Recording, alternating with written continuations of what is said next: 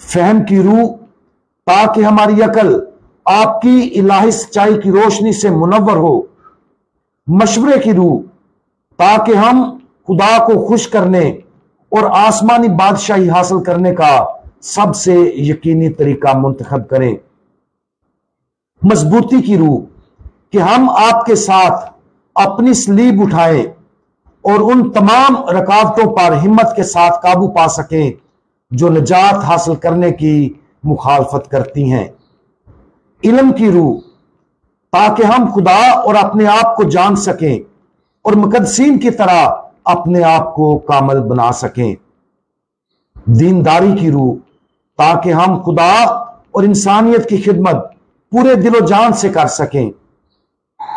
खुदावंद के खौफ की रूह ताकि हम खुदा के लिए मोहब्बत भरी ताजीम से मामूर हो जाएं और उस